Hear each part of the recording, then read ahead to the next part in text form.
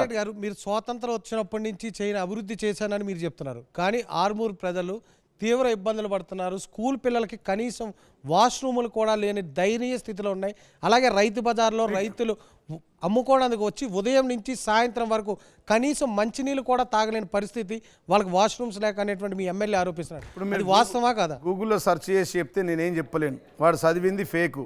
ఈ ఎవరైతే నీకు వచ్చి చెప్పిండో ఎమ్మెల్యే ఆ రౌడీ రాకేష్ ఏం పేరు ఉంది, ఆయన చదివింది ఫేక్. 8వ తరగతి. ఆయనకు అవగాహన లేదు.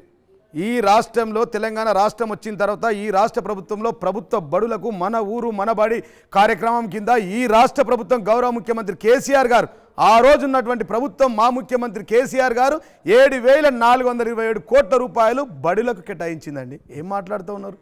ఒక్క స్కూల్లో బడి లేదంటే చదువుకున్నాడా సన్యాస, చదువురాని సన్యాస? 8వ తరగతి చదువుకున్నోడికి ఏముంటుందండి చెప్పు? ఆయన చదివింది 8వ తరగతి, చేస్తున్నది స్మగ్లింగు, నరహంతకుడు, రైతు బజార్ పరిస్థితి, డ్రగ్గిస్ట్, సైకో. వాడు మాట్లాడిన మాటలు చూస్తూ ఉంటే ఒక సైకోలాగా మాట్లాడుతుంది. మీరు చూడండి, అబ్నార్మల్గా మాట్లాడతాడు. మీ అన్సెన్సార్లో చూసిన అబ్నార్మల్ పనులు కొరకడము, ప్రజాస్వామ్యమా, రాజ్యాంగమా. 33 సంవత్సరాలు ఎక్కడ పోయిందండి నీ రాజ్యాంగం? ముసలైనాక వచ్చినావు, 57 ఏళ్ళకి వచ్చినావు. 57 ఏళ్ళు నువ్వు ఈ ప్రాంతంలో పుట్టి 57 ఏళ్ళు అయింది. నీ కన్న గ్రామానికి ఏం చేసినావు? నీ కన్న గ్రామంలో నిన్ను చెట్టు గట్టేసి కొట్టిరు. అదే అంకాపూర్ గ్రామంలో. అంకాపూర్ ఆదర్శ గ్రామం. ఆయనను బడులు లేవు, బడులలో బాత్రూమ్ లేవంటే మరి ఎక్కడ పోతున్నారు పిల్లలందరూ? బాత్రూమ్ లేవా? బాత్రూమ్లు అక్కడ లేవు, తక్కువ ఉన్నాయచ్చు. బాత్రూమ్ లేవు, అసలు ఇక వ్యవస్థనే లేదు, ప్రజాస్వామ్యమే లేదు, రాజ్యాంగమే లేదంటే ఎట్లా అండి? నీ సొంత గ్రామం అంకాపూర్ గ్రామం ఆదర్శ గ్రామం. గంజాయి వనంలో తులసి వనంలో గంజాయి మొక్కలాగా పుట్టిండు అక్కడ, ఎర్రచందనం మొక్కలాగా ఈయన ఆ ఊర్లో ప్రసాద్ గారు మీరు నమ్మరు, ఒక చెట్టు గట్టేసి కొట్టారండి వీన్ని. ఇట్లా ఒక చెట్టు గట్టేసి ఊరంతా కొట్టి ఊరు బహిష్కరించారు. కుల బహిష్కరణ ఉంది ఇప్పటికీ ఆయనకు ఊర్లో, కుల బహిష్కరణ ఉంది. ఆయన వచ్చి నా మీద మాట్లాడతాడు. 23 సంవత్సరాల ఉద్యమ చరిత్ర నాది. మొత్తం పుట్టినప్పటి నుంచి ఆర్మూర్ కోసం నేను పరితపించే వ్యక్తిని, ఆ ప్రాంతంలో చదువుకున్న వ్యక్తిని, హైకోర్టులో ప్రాక్టీస్ చేసిన లాయర్ని, నేను సుప్రీంకోర్టు బార్ మెంబర్ని, ఆ ప్రాంతం యొక్క అభివృద్ధి కోసం నేను చదువుకున్నోని, విజ్ఞానవంతుని నేను. ప్రజలకు తెలుసు. మరి ప్రజలు ఎందుకు జే ట్యాక్స్ కట్టేవారు? మీరు ఎమ్మెల్యేగా ఉన్నంత తప్పదు పూర్తిగా.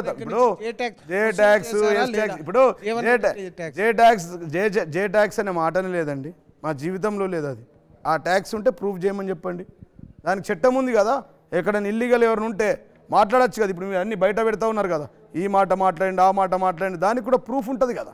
జే ట్యాక్స్ లేదు, ఏ ట్యాక్స్ లేదు. మేము ప్రజల కోసం పరితపించే వ్యక్తం.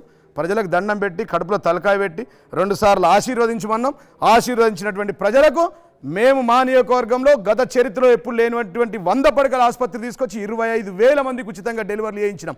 23,670 మందికి ఎల్ఓసీలతో పాటు మేము సీఎం రిలీఫ్ ఫండ్లు ఇచ్చాం. 2 మండలాలు నూతనంగా తీసుకొచ్చా. ఆలూరు మండలం తీసుకొచ్చా, డొంకేశ్వరం మండలం తీసుకొచ్చా. ఆర్మూర్కు 150 కోట్ల రూపాయల నిధులు తీసుకొచ్చా. ఆర్మూర్లో 100 పడకల ఆసుపత్రిలో డయాలసిస్ సెంటర్ తెచ్చా. నేను తెచ్చిన దాంట్లో 10 పైసలు తెచ్చే రమ్మనండి. ఇలా కేంద్ర ప్రభుత్వంలో వాళ్ళ ప్రభుత్వం ఉంది కదా, ఆ ప్రాంతంలో ఎమ్మెల్యే ఉన్నాడు కదా. ఈ ప్రాంతంలో మా ప్రాంతంలో ఇట్లాంటి ఎమ్మెల్యే రావడం మా ప్రజల దురదృష్టకరం. అంటే రాకేష్ చేసినవన్నీ ఆరోపణలేనా మీ పైన? 100% రాజకీయ కక్ష సాధింపు, అబద్ధాలు, రాజకీయంగా మాట్లాడడం, ఏదో బదనాం చేయమని చెప్పి బదనాం చేద్దామన్న ఉద్దేశంతో మాట్లాడండి. ఎక్కడుంది ప్రూఫ్ ఉంటే తీసుకురండి. హత్య రాజకీయాలు ఎక్కడ హత్య ఉందండి?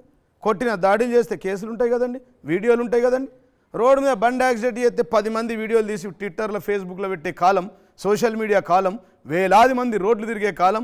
ఎవడన్నా ఏమన్నా ఊకుంటారా అండి? మరిన్ని వీడియోస్ కోసం ఛానల్ ని సబ్స్క్రైబ్ చేయండి. లేటెస్ట్ అప్డేట్స్ కోసం వాట్సాప్ ఛానల్ ని ఫాలో చేయండి. అండ్ లింక్ డిస్క్రిప్షన్ లో ఉంది.